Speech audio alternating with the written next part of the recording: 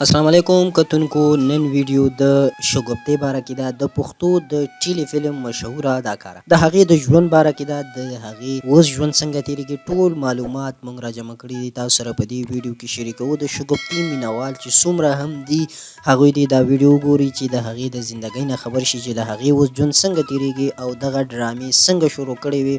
او بیا یې د دغه ډرامو نه کناره کشي څنګه وکړه ټول معلومات را سره په دې ویډیو کې وګورئ شګفته د پښتو فلمونو او د سیریز فلمونو هغه اداکاره وه چې هغې په ډېر لږ وخت کې ځان ته په کروڑاو مینوال پیدا کړل په پښتونخوا کې د هغې یو نوم هغې په ډېرې سیریز ډرامو کې کار وکړو سیریز ډرامې چې کله هم سټارټ شولې نو د پښتو فلمونو زوال راغی ځکه چې خلکو به د سینما مخه نه کوله او دغه سیریز ډرامې به یې کتلې په دغه کې بیا غټ غټ اداکاران هم انټر شو لکه جهانګیر خان اسف خان ارباز خان عجب ګل اسماعیل شاهد جانان یعنی علمزیب مجاهد ټولو د سیریز ډرامو ته مخه کړه په دغه کې یو مشهوره اداکاره انټري وکړه چې د هغې نوم شګفته و د شګفتې تعلق چې د پیښور سره او د هغې د اکټینګ سره بلها شوق و د شګفتې باره کې دا هم معلومات و چې هغې به په سکول کې هم دغه اکټینګ کولو او هغې به د فی ټي کلاسونه اخیستل چې په هغې کې هغې ته ایوارډونه هم میلاو شوي وو شګفته چې یو ټیلنټډ اداکاره وه نو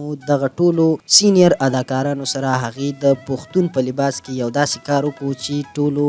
پښتنو مینوالو هغه خوښه کړله هغې پاک سوتره کردارونه کړي دي بلکې د یو پښتنې پیغلې چې څنګه په معاشره کې ژوند دي هغسې ډرامې هغې وکړلې او ځان یې هغه د کامیابۍ ځای ته ورسولو چې ډېر زیات مینوال یې پیدا شو شګفته چې په دغه وخت کې د سیریز ډرامو یو درز غوبلو او هغې هم ورځ تر بله کارونه ډېر زیات شو او ښه ډېر مال دولت یې وګټلو او خپلو مینوالو ته یې ښه ډېرې زیاتې ډرامې ورکړلې دوستانو کله چې په 2017 او 18 کې د سیریز ډرامو زوال راغی او په سوشل میډیا یعنې په یوټیوب او داسې پلیټفارمو باندې ډرامې ریلیز کېدل شروع شو چې په هغې کې د فحاشۍ او بمبار شروع شو نو شګفته چې یو پښتنه پیغله وه نو د دغه لاین نه کناره کشي وکړله او هغې خپل کور آباد کړو یعنې واده یې وکړو او دغه فیلډ ته یې خدای پاماني وویلې شګفته چې د خپل خاوند سره ډېر ښه زندګي تېروي او دغه فیلډ ته یې مکمل خدای پاماني ویلې ده او دغې ته یې د راتلو اوس هیڅ اراده نشته ځکه چې د هغې بچي دي او خپل خاوند سره ډېر ښه ژوند تېروي دوستانو دغه د شګفتې باره کې ټول معلومات چې له تاسو سره مو شریک کړل امید لرم ویډیو به ستاسو خوښه شوي د نو داسې فلمي او نورو معلوماتو دپاره زموږ چینل یار کلیک ضرور سبسکرایب کړئ